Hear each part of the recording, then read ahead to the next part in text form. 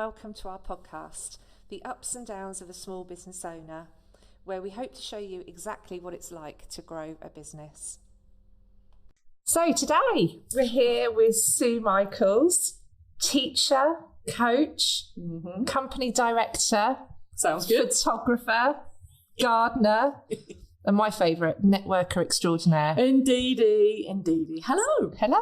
So how would you describe yourself? Well, probably now I've sort of very much fallen into director and owner. Ooh, check you out. I know. It's taken a while. It's taken a while to get to that point. But yes, I sort of funneled everything else, all the other things that I was juggling, all the hats I was wearing, taken off, and everything's now sort of funneled into Red Bird, into the business.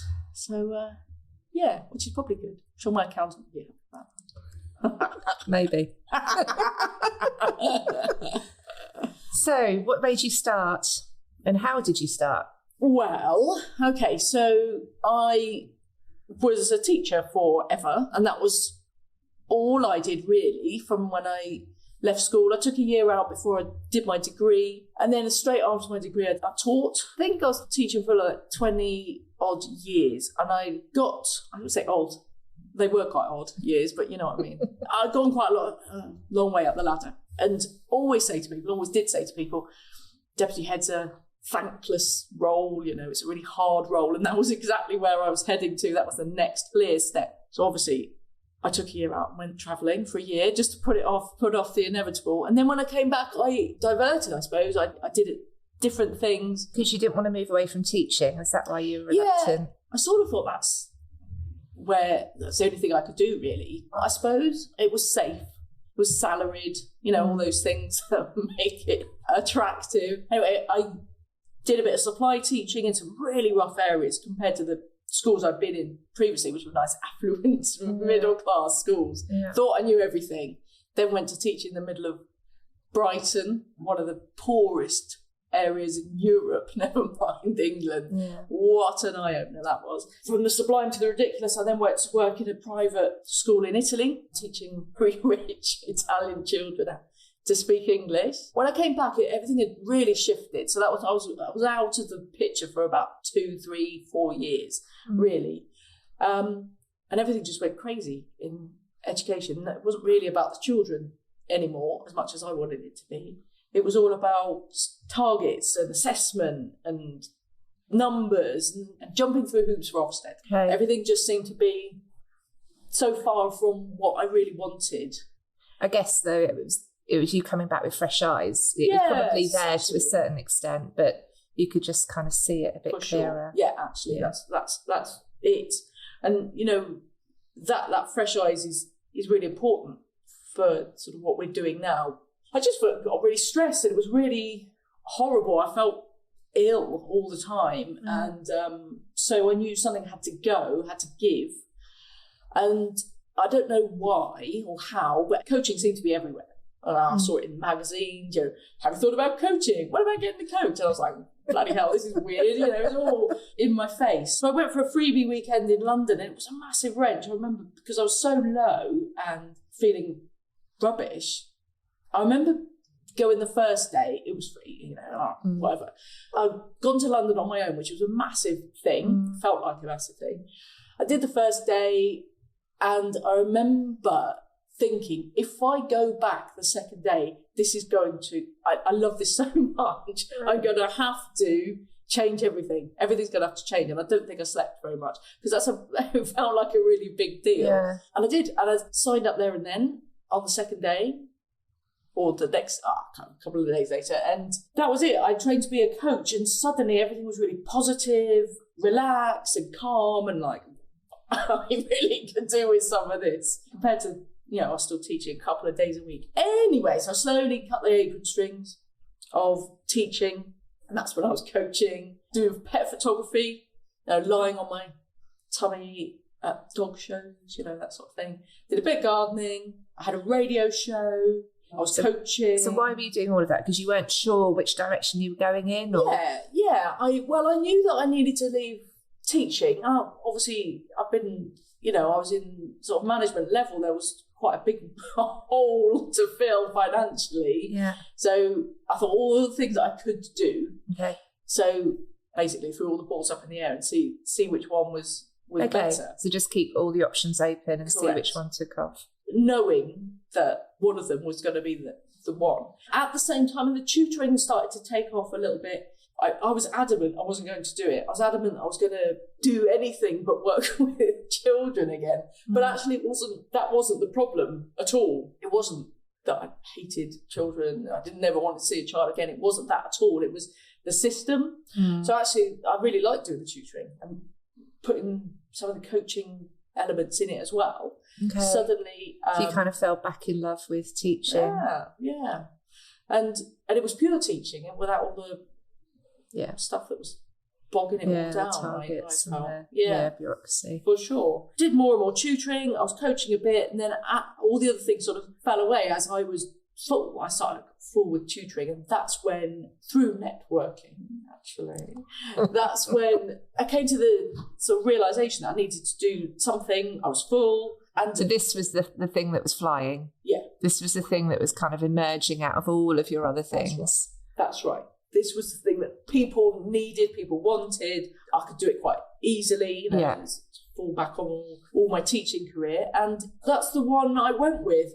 But the combining of the coaching and the teaching meant that we got something a bit different, a bit special. So yeah, that's how we did it. And we were in the Black Horse one day in Woburn, a brunch like you do, and said, I think this could work. Let's do it. So we did. And that was that. And it got started like that. So that's how we started. I think since then, it's been a journey, shall we say. Because I knew everything. I knew how to teach. I knew how to coach. But I didn't know how to run a business. But I think I always say, despite ourselves, we're doing quite well. Yeah, and I would say, actually, you're very willing to take advice from a variety of people. So you know a lot of different people and a lot of different industries. And whereas some people might think, I'm not going to ask because I don't want to admit I don't know that. Yeah. Actually, you do. Yeah. You just say, look, what do you think? And action it, don't you? So you take their advice and use it.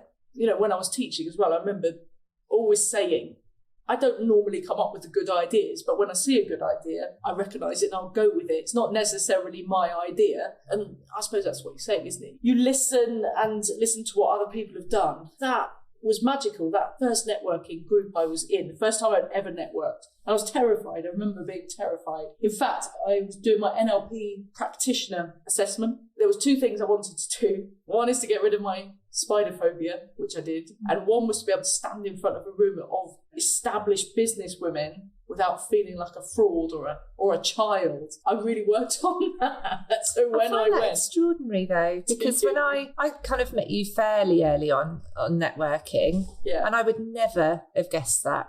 You always seemed like a natural. I still think you are a natural networker. It never came across that. It just seemed that. Yeah, you would speak to the room because that's what you love doing and you were good at it. I suppose I was just flipping to teacher mode to a certain extent because I have stood in front of hundreds of people before, be them children. Yeah. And I quite like that element of performance. It's getting to that point, I suppose. It's a different crowd though, isn't it? To stand in front of a group of business owners, and quite often your perception is they're all flying. Yeah. They're all successful and I'm the only one struggling here. So to stand up in front of that group, that's a very different dynamic, I would imagine, than in front of children. Yeah, and that group in Milton Keynes I first went to, some of those members are now bestsellers on Amazon. They just done a weekend with Richard Branson. Do you know what I mean? They're those sorts of people. I just happened to fall into this group of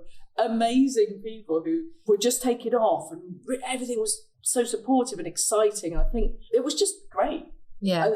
And I think to surround yourself with that energy as well, then suddenly you just believe that anything's possible because they're achieving it. So Yeah. Why not? Exactly. And, you know, having gone from this quite sort of toxic environment in schools where nobody's got any time for anybody else, you know, you haven't got any brain space for anything, everyone's just so busy, to then be at a relaxed lunch with people who've got time, you know, you have a one-to-one, have a coffee. It was just a different world. Yeah. And I was going to embrace it as much as I could. That reflective, it took ages actually to sort of get out of that hamster wheel mode. You know, I didn't need to be exhausted in order to be doing a good job. You know, no one's going to say, you don't look as though you've done a day's work, you know. Well, Sally might. Been out to lunch again. But it was just what I needed. It was perfect transition, if you like, into what the rest of the world are doing, you know. Yeah. And, you know, I'm always a bit surprised that we're doing so well as a business, because I suppose it's still in the back of my mind. Are you working hard enough? Are you doing enough? Are you this, that and the other? But actually, for me as a person, I think to be more relaxed and have that more relaxed approach means that it's better. People, like you say, people assume that I'm calm, you know. Yeah. And it's I think it's important. It's always been important that we're never at the point where we're like, God damn, we need to get people in the door or it's all going to go wrong. I never wanted to be in that position, because that sort of stress I could do without. But also, you know, you love what you do. So suddenly that doesn't feel so much like work. Yeah. And you're doing it on your terms. Yeah. Someone's not telling you you've got to do it. You're actively deciding to do it yourself. Yeah, absolutely. And we've got space to sort of, you know, take stock, look around, make sure we're doing everything that we can be. But we did make a conscious, especially this year. So Sally's come out of classroom. So last year was her first year where we were both in the company. We've talked a lot. We have to keep reminding ourselves that we don't want to work 14-hour days, have no life now, and then sort of collapse when we're 60, which isn't that far away for me. But you don't need to. Don't need to. Yeah. Yeah, that's the difference. And actually, it's such a nice feeling not to have to be able to say, like, for example, we went up to London the other week. We went, not the funeral, but a couple of days before we went up. Obviously, we could never have done that without business, and, you know, in our old lives that would have been impossible. Sally's niece came over from America and she was able to spend time with her. So those sorts of precious things are what we need to sort of hold on to. Yeah. So if you could go back to the beginning, what advice would you give yourself? I suppose just to be open to everything, just to never say no, just listen. And do you think you have said no to some things then? I think you know, we quite that's not really my personality. I'm you know, if I suppose the fateful day in the Black Horse, if we'd have known all that was entailed in having a business, we probably would have told us, read the paper, said no, had another drink and gone home. But I'm not a details person. As you know very well, I'm like, yeah, let's do it. Let's worry later. You know, or let someone else worry about it. Those sorts of things. So I don't think I did say no. I'm open to all sorts of things. I suppose maybe not waiting till sort of a year, 18 months into the business before I actually went on a business course. Maybe that would have been better. I did the NatWest Accelerator course. I'm pretty sure it's about 18 months into launching, I think. It's something like that. I think it's difficult. It's a mind shift, isn't it? Yeah. Between you thinking, oh, yeah, I can just do this. It's a tutoring, it's just something I can do. And then all of a sudden no, we need to turn this into a proper business. Yes. Oh, it's definitely a turning point. And that's why it's probably not true now, but I still say we've been successful despite ourselves. I think certainly those first couple of years, it was just like, how is this happening? You know, it's all falling into place and we didn't really know. Luckily for Red Bird, Sally is a learner. She loves to learn and she absorbs new stuff. I mean, she's your sort of yin and yang, isn't she? Yeah, so she's the detail, isn't she? Yeah, definitely. So she learned, I suppose, she read about how to run a business, which she'd already dabbled a little bit with running her own website business. So she had read up about, you know, all the legal stuff you need to do. Yeah. But then we were all legally compliant, thank goodness. Sally was on board. Goodness knows what mess I'd have left us in. But yeah, just being around, again, it's that being around other business people. And the thing about the NatWest Accelerator was, and I think you suggested that we'd gone, you and Tony Cassidy were like, yeah, you do it.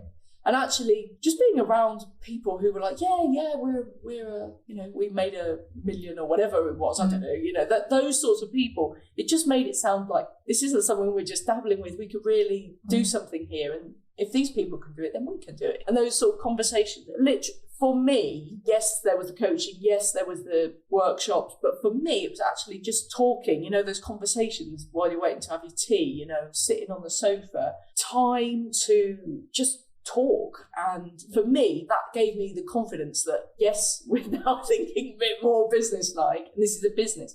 This isn't just another thing that's going to fizzle out and go. I started to think that, no, this is it. I can see this is the company I want to run with. And around that sort of time was when I sort of thought, for the first time, actually, because those sorts of questions people like to ask, well, where do you see yourself in 5 years? I literally could never answer any of those people until Red Bird came along, and then suddenly it felt like this was what I was going to do. This was it. This is what I was meant to be doing. This is what everything's been leading to, almost. And it's nice to be able to bring in all those skills, teaching and coaching, life, being old and wise, suddenly you could bring that all into the business. And I think maybe there's a perception that, actually it's quite rigid running a business. You do a business plan, you follow the steps, and out of the end of it will come a successful business. Yeah. Actually, the reality, when you speak to lots of different people, is they're all we are all winging it to a certain extent. Yeah.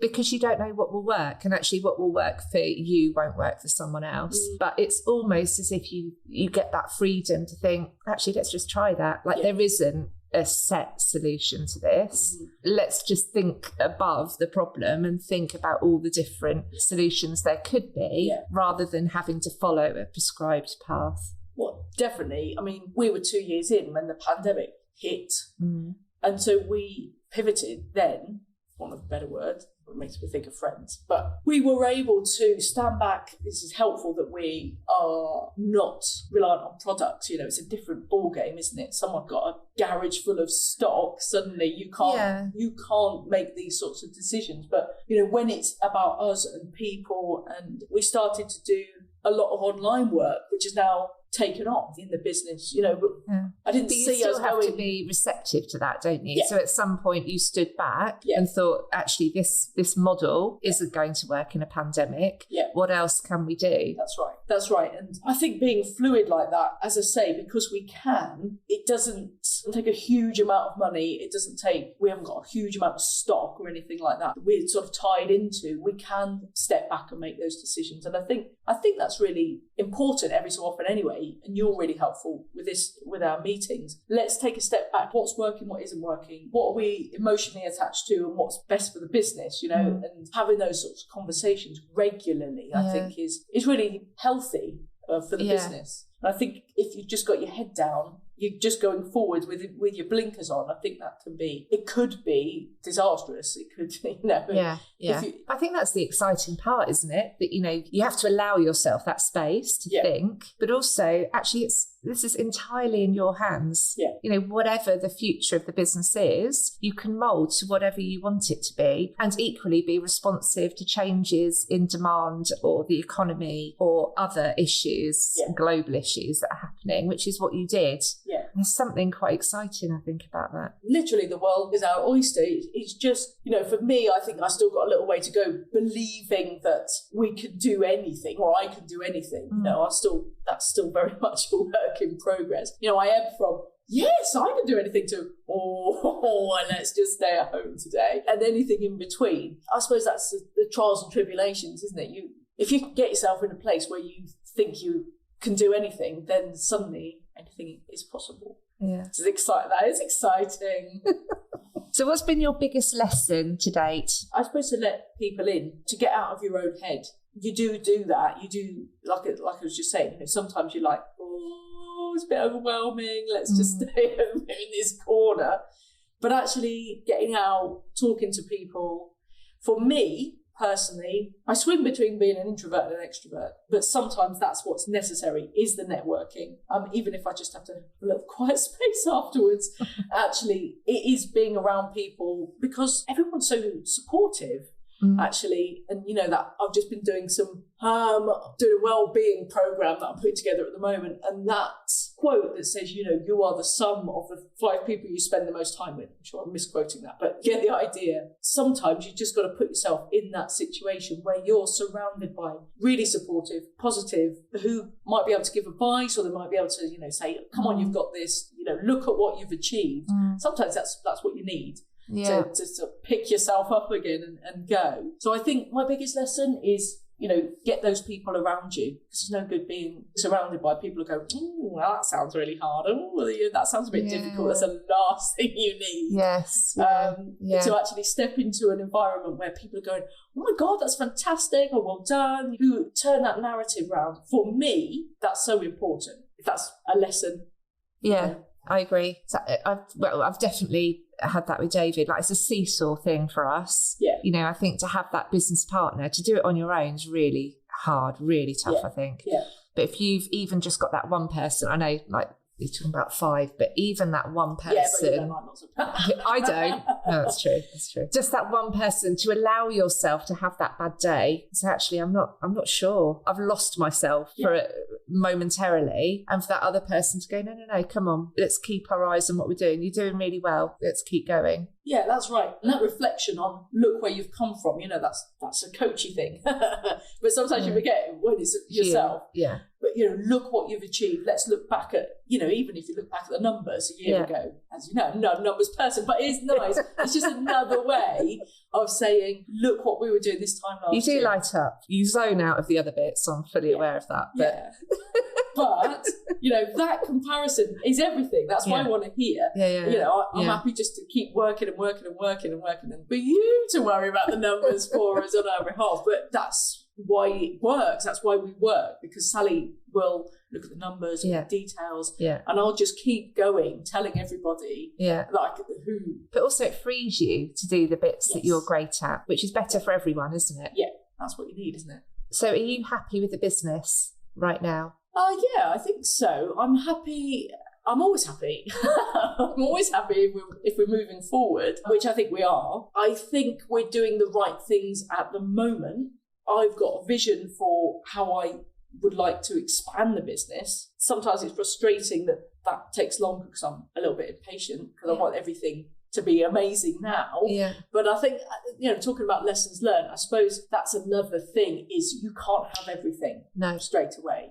It's not like that. What you can do is put things in place to build and build. And, you know, thankfully, again, the coaching, you know, and this is what we tell the kids all the time, those little stepping stones. That's what it's all about. You know, it doesn't matter how fast you're moving, if you're moving in the right direction. I think that's been, for someone that's a little bit impatient sometimes, that's been really helpful. We spent quite a lot of time this year actually really honing in on our values, on our vision, and, you know, allowing ourselves that time to do that rather than just sort of ploughing on blindly. I think that's really helped us see where we're going, and, you know, what's important to us. You know, me and Sally, what's important to us, and, you know, that's refocused us again. Are we thinking too small? Are we thinking too big? Where do we see ourselves? As long as we're still asking ourselves those questions, and I'm not sure we're actually even settled on something. But actually, you know, from what you're saying, that's not always a bad thing, is it? No. Because you're then not saying, right, we're going to get to this point and we're going to be successful. You know, it doesn't work like that. But if you've got places you're moving towards, you know, again, it's like milestones, isn't it, that you're moving through. But again, you know, going back to that, you know, I did a talk once where I just literally got all the hats I could find and put all my different hats on. And I think what we're doing with the business is we're focusing on one thing, then we're opening up again and seeing, where else could we go? Yeah. And seeing which hats fit and which don't, which ones we should be focusing on, which not. For ourselves, for the money, for the business, but also for ourselves, for our soul, if you like. Yeah. As long as they marry up. So going back to the pub, when you were in the pub in Woburn. Times, Sunday. Papers, yeah. What was the dream and have you achieved it? The dream for me, so everything was all about the centres. When I started, what I wanted was that we would open centres that people could come into. That was a dream, that you know, we would open probably about 10 centres and people come along. It'd be lovely. I don't think we knew that it was going to have a really family feel, a really lovely, perfect, you know, nice feeling about it. And I don't think I even envisaged bringing the schools on board at that point. I just thought people would come naively, which they did, don't get me wrong, but bringing the schools on board was something that thankfully there was sort of a visionary deputy head who knew someone who we knew. They come in and said, oh my God, this is going to be great for us. And so we were like, oh, that's good, something new. And also the centres, I don't open a centre for people to come and fill it up. That didn't happen. So as far as that's concerned, that's what I envisaged. So that was the business dream though, but what was your personal dream? What were you trying to achieve for yourself? I wanted those places to be a place that people could come and just teach and children could come and just learn. When I look back at my notebook at the time, which I did fairly recently, we've not veered very much from that. I didn't want it to be homework. I didn't want it to be onerous. I wanted it. But for you, what did you want Red Bird to achieve for you? What was it going to enable you to have or feel that you couldn't in your previous life? I suppose I wanted it to be something that would create freedom, create freedom for me and create an environment for me that was positive and lovely. I hadn't really envisaged what it would mean. I know now what personally I want to achieve via this vehicle that is Red Bird. But at the time I just needed something that was healthy and different and fun. You know, all the things that make me happy. So do you feel healthy? Yes. You feel like you're having fun? I'm having fun. I'm having lots of fun. But why don't you look like you're having fun when you're going through the numbers? Well, that's not the fun bit. That's not the fun bit for me. You know, that whole, really looking at my values, you know, everything has to be interesting and funny. You know, so it's achieving everything that you hoped it would for you personally. It is on the whole. There's never a day that used to be a daily occurrence. I won't say never, but there's nearly never a day where I don't want to go to work. There's nearly never a day where I don't want to go and be part of the Saturday, you know, going there and being, it's funny. That's amazing, isn't it? Yeah, it is amazing because... I mean, how many people have that, do you think? Not enough. Not enough. And you know, I know that from coaching, people feel that they're trapped in these well-paid jobs that they hate. What a shame. What a shame. And the advice I always give to the kids, or anyone that will listen, actually, is, you know, really do something that you love. Hold on to that. Yeah.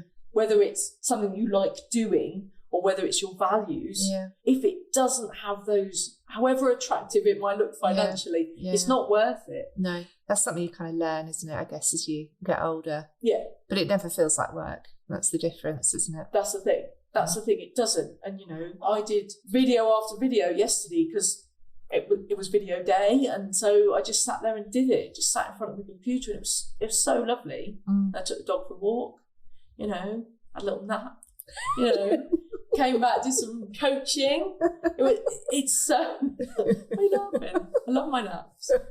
Power naps. Restorative. You call them power naps. Yeah, no. That sounds good. Take Take the nap out of it. Call it something else. I love it. That's why we have sofas at work, obviously. Just sometimes you need a boost, don't you? So who's been the biggest influence on your life? Oh, that's a really good question. I suppose I can credit Penny Dent was our biggest influence to get us started with Red Bird. And she was there early on, championing us. Also, I met her once a month and she was like, yeah, come on, you can do this. And what's next? And so I suppose that was a kick we needed.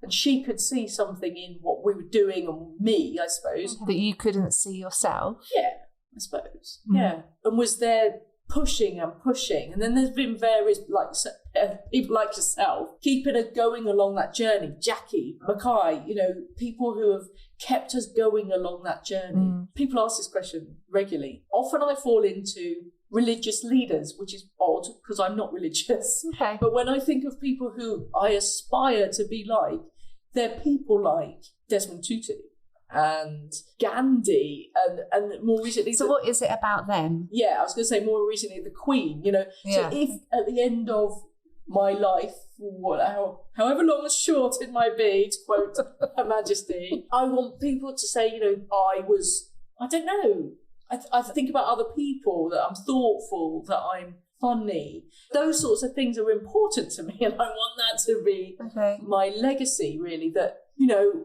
through my influence somehow, we've worked with thousands of hours of tutoring we've done already, you know, and that touching those lives with something positive and something, given the whole point of what we do is to raise confidence, you know. And I think about the Queen, and everybody that ever met the Queen's like, oh, you're so lovely and so down to earth, and yet they remember that forever. Not that I think people are going to remember me forever. You just want to be on a stamp, don't you? I want to be on the coins. But to have that sort of positive influence in people's lives, I think that's what makes me tick. That's what keeps me going. Okay. And we find it, you know, even with the tutors, a lot of our tutors had a similar experience to me. You know, they've been in the classroom, it's going horribly wrong for whatever reason. They might still be there, or they might be coming out, but to just have someone there who's going, it's going to be okay, going to be all right, and hold their hand through that a bit, you know, a bit like Penny did with that at the beginning, and then let them go because they've got the confidence for themselves. That with the students, that with the tutors, that's what makes my heart sing, for want of a better phrase. And so those are the sort of people. I don't know much about Bill Gates, but I do know that he used his money to better millions of people. That has really helped me with my money issues. Like, I think a lot of people have money issues generally, you know, charging a decent amount and feeling okay about earning money, because I know that I'm going to give a chunk to Chum's charity, or I'm going to, you know, that it's not because I'm greedy, or all those words that I used to associate with money. It is because if I can earn money, I can do some good. It sits right with me. So if you were going to a dinner party and could take anyone in the world, who would you take? And what would you ask them? Who would I take? I would have said the Queen, but can't take her anymore.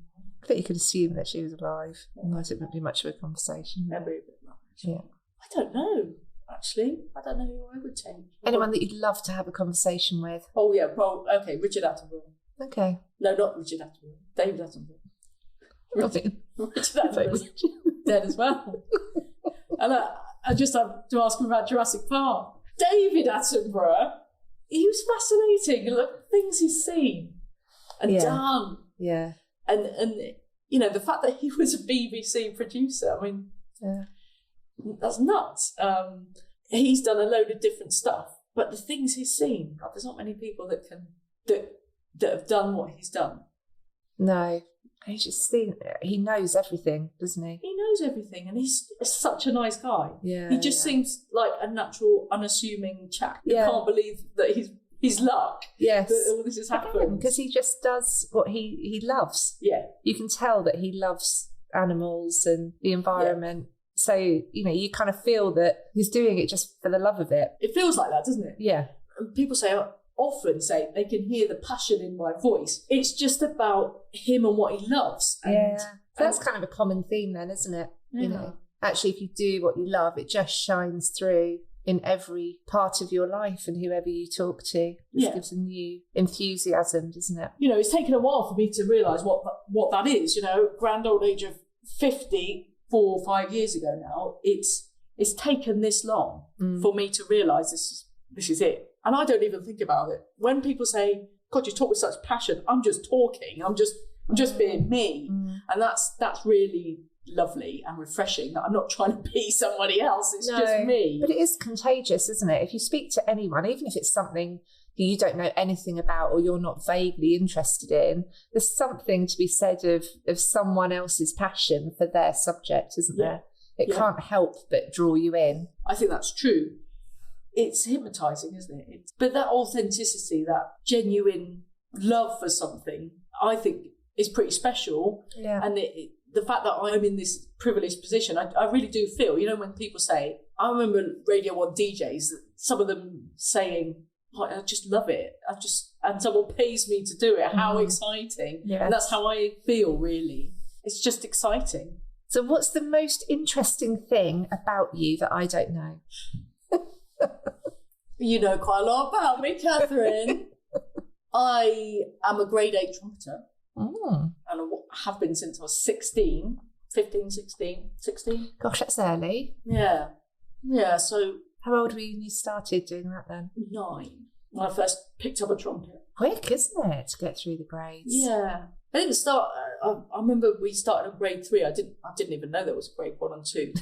We just started on grade 3, and then... Why bother? Yeah. And I skipped a couple more. I can't remember which ones, wow. but I remember not doing all of them.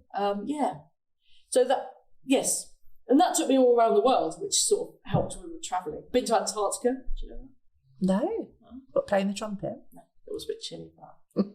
That's 2 things. I've been to Antarctica and I play the trumpet, which I still play. So if you had to describe yourself in 3 to 5 words, not specific that, isn't it? It is. How would you describe yourself? Kind, funny. Not laughing, so maybe not. Okay, kind. Kind, funny. I suppose passionate must come into that now, because I'm passionate about what I do. And is that how your friends would see you? Would they agree with those words, do you think? I don't know. Depends who you ask. I think so. I think that's what drives what we do. That's what drives most of the things that I do. I know people like serious situation, not serious, horribly serious, but that like me to be around, because I can't be serious for very long. So it lightens the mood. And I'd hope people would see me as kind on the whole, You have to ask some people. So I was going to ask you about your business legacy, but I think we've covered that. Your legacy will live on through the people that you have been in contact with. I guess that's what you're hoping for, isn't it? Yes, it is.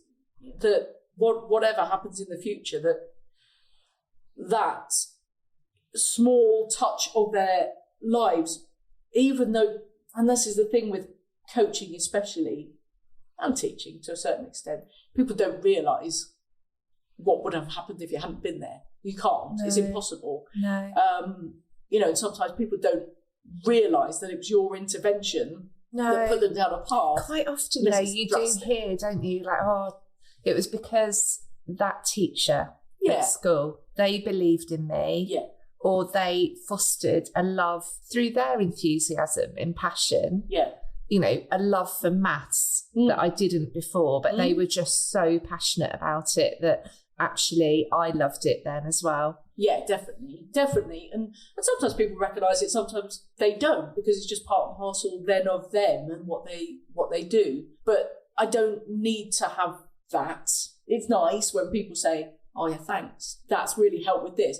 But I don't need that to know that it was true. Do you know what I mean? I don't need that recognition. It's not the recognition though, is it? I guess it's just be fantastic, wouldn't it, to look back on? And that's what we all kind of want, isn't it? It's not necessarily what we've achieved for ourselves, but actually, if at some point we've changed people's paths or journeys or even the soft skills, so actually we've just helped them with their confidence that they didn't have before, to enable them to make different or better decisions for themselves. Yeah, and when we were doing all our values work and vision, we came up with the slogan, face your future with confidence, because that's what we're about. That's what we want.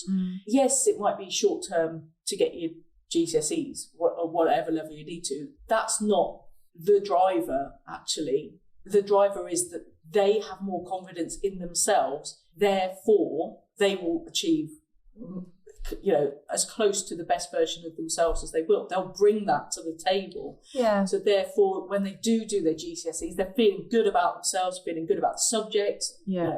That's why they come to tutoring. But even more so, they take that confidence with them, past that milestone and forward. Yeah. And that's what makes me happy more than anything. Yeah. So for me, you're kind of taking the lid off a box. because you're giving them the confidence to enable them to make their own choices. I think sometimes with education, children or students come out of it thinking, actually, it's not what I can do. These are the things that I know I can't do, or they believe they can't do.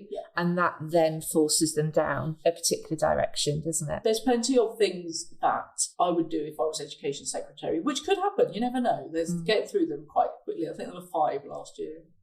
So what would you do then? What would I do? First thing is make Ofsted a supportive body. Okay, so more of an advisory. Advisory rather than judgmental. Okay. I can't tell you the cloud that is Ofsted that is hanging over every head teacher's head, therefore every school's head in the country. Which affects all their decision making. Absolutely. And from what I was saying before about being worried about the money, therefore having to make different decisions, they're not worried about the money, they're worried about Ofsted. And if that wasn't there, my goodness, it would free up a load, tens of thousands of professionals to do their job as they see as though they should. I know why Ofsted were brought in, because things have gone a bit awry, but I think they've done their job now, and they're completely, all it needs is that supportive. I would slim down the curriculum big time, really look at what's really, really, really important, especially at primary. There's a lot of hoops that people are expected to jump through that are really unnecessary. And that would allow for that afternoon where you get all the tools out, where someone realises that, oh goodness, I'm really good at this. Or more time for music or PE for those children that really excel at those subjects. Or even just interesting stuff. Like, let's look at geology, or maybe not geology, interesting and geology. But some people that rocks their boat. But I think that, even not even subject focus, build up. It's through the coaching as well, isn't it? Building up all of those soft skills that actually are becoming the most important thing when you go to work. Yeah, and we had this conversation, didn't we? They're the most important things that employers are looking for, but they're exactly the sort of skills that are being squeezed out because schools, how did this get so political? But schools are having to, and especially now after pandemic, there's a massive catch-up program going on. And, secondary schools are absolutely judged on the amount of GCSEs that their children get. And so everything gets funneled into that. There's no time for reflection. There's no time for study skills. It's all taken out of their hands. That's always been the case, isn't it? Because it's all very exam focused. You have to get these grades. Whether you're the leader of the debating team, it's nice. You can put it on a personal statement, but it doesn't actually help you move on within the educational vector. I agree, but what you're saying about as an employer, you're looking for people that have got self-motivated, that they've got some sort of initiative, that they take on that autonomy. And I'm not convinced that the current education, the way schools are having to be run in order to jump through those assessment hoops, I don't think those sorts of skills are part and parcel of what goes on in schools. They're the things that seem to be in the way. Ofsted, league tables, whatever, Obviously, schools need to be good, but actually there's ways of being good.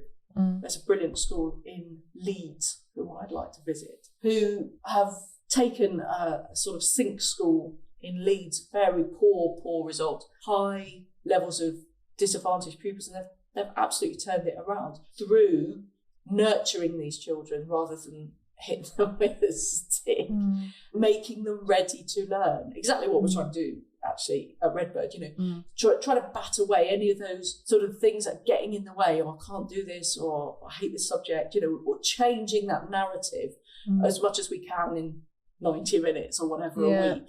But to actually have a school and to be able to do that and have the courage to do that, knowing that it's going to pay dividends in a couple of years. But that's the exception, unfortunately. It proves it works, I guess, doesn't it? It does work. Yeah. It definitely works, but it's a massive leap of faith. It's a deviation, isn't it, from what's been tried and tested forever. It's a way of looking at schools in a different way. I mean, schools have been the same since they were established 150 years ago, whatever it was. And they were established very much for a different purpose. It was to teach everybody to be able to read and write, therefore enhancing the population's intelligence as a whole. But at the same time, it was getting the hoi polloi ready to work in the factories and, do as they're told. And I don't have the answers to how we can change the system, but it's still in that mode. It's still, right, I'm going to talk, you're going to listen. That's how it's going to go. At this time, we all stop and go out to play. I don't know what the answer is, but that's not really working anymore. Not to get pupils ready for the sort of society we have now. Yeah. It's not the same anymore. Okay. Putting this to a close now, Sue. What? I know. What will be the biggest success you haven't yet achieved? Another cracking question. I think, bizarrely, what I was just saying, changing the narrative about education on a wider scale. Okay. That would be great. If I can get in the right place at the right time to start people really thinking about schools and how we can shift and change to really focus, obviously the academic, but there needs to be a shift. So those soft skills, for want of a better phrase, become paramount. And I think in lots of ways, private schools, the more and more, funny enough, being quite anti-private schools when I was in a state school, but actually now looking and talking to people whose children have gone through it, seeing the product of a child that's had that, getting them ready for the next step. And as much as the government like to meddle in education and it becomes a political football, they've got it a bit wrong. I think the Conservatives particularly wanting it to, what they think is the best parts of being in a private school, learning grammar, sitting down, learning all this stuff. That isn't what it's about. It's the confidence that those kids come out with. Yeah, absolutely. And that's that. And by cramming the curriculum with, I think, unnecessary things, especially in primary, you're losing what makes private schools special, and the children that come out at the other end ready for life, that's what is being squeezed because of the crammed curriculum. I think they chose the wrong bit to focus on. But it's the measurable bit, isn't it? It's the measurable bit. That's always been something that I remember always in my teaching career, but you can't measure it. So what? We still, have that. People say, well, how are we going to know? How are we going to know that they've got from A to B? Well, because, if you want to measure it, fine. But we're not going to measure it because we're busy filling, there's a great phrase that is that the pig doesn't get any fatter the more you weigh it. And I think we're about feeding the pig and someone else can weigh it. That's not our job. What an amazing legacy, though, if you could achieve that. It's on my radar. Well, thank you. Thank you. Sue Michaels from Red Bird Tutoring. Really enjoyed our conversation. It's been fab. If you've enjoyed listening to our podcast, please like and follow and make sure to tag us on social media.